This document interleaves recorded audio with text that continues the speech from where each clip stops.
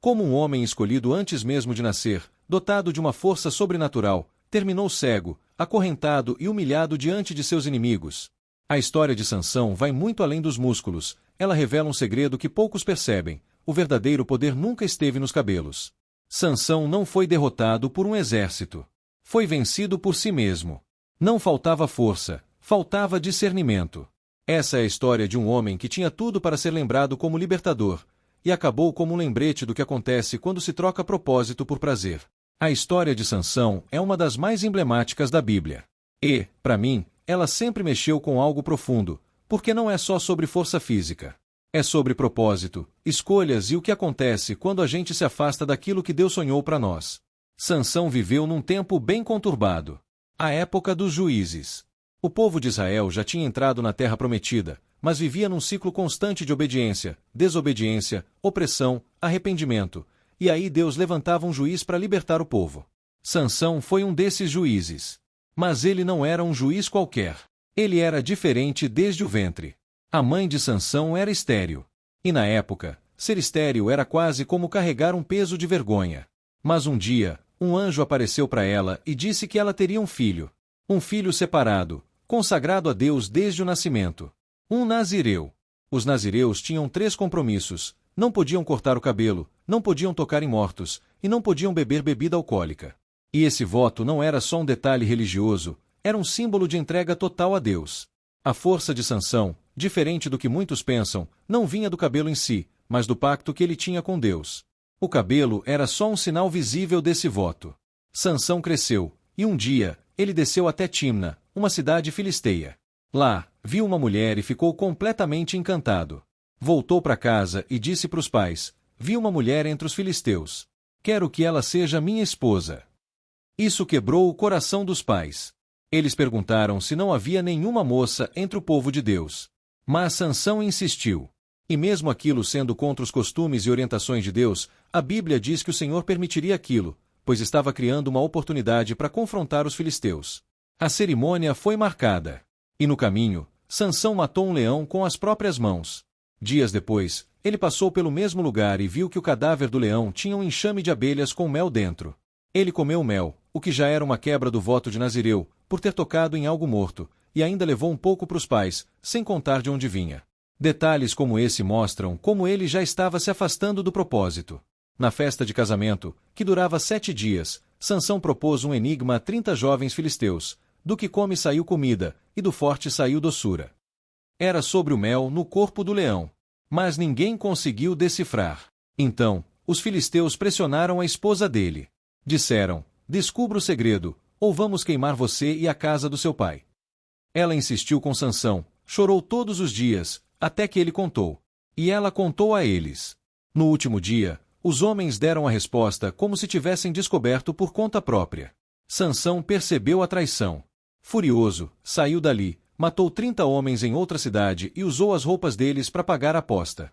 Ferido e humilhado, ele voltou para casa. Enquanto isso, o pai da moça deu ela para outro homem, um dos amigos de Sansão. Quando ele voltou para buscá-la, descobriu que ela já tinha sido entregue. Isso acendeu uma fúria incontrolável dentro dele. Sansão pegou 300 raposas, amarrou tochas nas caudas e soltou nos campos dos filisteus, destruindo tudo: plantações, vinhas, oliveiras. Foi um ataque direto à economia deles. Como vingança, os filisteus queimaram a mulher e o pai dela, exatamente como tinham ameaçado antes. E essa tragédia só aprofundou o ciclo de dor e violência. Sansão começou a agir mais por vingança pessoal do que por um chamado divino. A força que Deus tinha dado para libertar, ele começou a usar para revidar. Mais adiante, Sansão se envolveu com outra mulher, Dalila. Dessa vez, era uma prostituta, e os filisteus viram ali uma nova chance de derrotá-lo. Pagaram uma grande quantia para ela descobrir de onde vinha sua força. Ela tentou 1, 2, 3 vezes. E em cada tentativa, Sansão dava uma resposta falsa, mas continuava dormindo ao lado dela. Até que um dia ele cedeu. Contou a verdade. Disse que nunca havia cortado o cabelo porque era nazireu desde o nascimento. Naquela noite, Dalila o fez dormir no colo dela e mandou cortar suas tranças. Quando ele acordou, já não tinha mais força. Deus havia se retirado. Os filisteus o prenderam, furaram seus olhos, e o levaram para trabalhar como escravo, girando o moinho. O homem separado por Deus, agora estava cego, humilhado, derrotado. Mas Deus ainda não tinha terminado com ele. Com o tempo, o cabelo de Sansão começou a crescer de novo. E isso é muito simbólico. Porque enquanto o cabelo crescia, algo dentro dele também começava a mudar. Ele começou a se lembrar de quem era. Começou a se arrepender. Num grande evento, os filisteus reuniram milhares de pessoas num templo para celebrar a derrota de Sansão. Eles o trouxeram como espetáculo. Cego, fraco, zombado, mas ali, no meio do templo, Sansão fez uma última oração. Ele disse: Senhor, lembra-te de mim. Dá-me forças mais uma vez. Deus ouviu. Sansão apoiou-se nas duas colunas principais do templo, e com todas as forças que Deus lhe deu de volta, ele empurrou aquelas colunas, e o templo inteiro desabou. Ele morreu junto com milhares de filisteus. E a Bíblia diz que, na morte, ele matou mais inimigos do que em toda a sua vida. E agora vem a parte mais importante para a gente hoje. Quantas vezes a gente é como Sansão? Começamos com um chamado, com dons, com propósito. Mas aos poucos, vamos tomando decisões fora da vontade de Deus. Pequenas concessões. Um relacionamento fora do tempo. Uma quebra de princípio aqui, outra ali, e de repente, estamos distantes do que Deus sonhou para nós. Usamos nossa força, nosso talento, nosso carisma, para nossos próprios objetivos.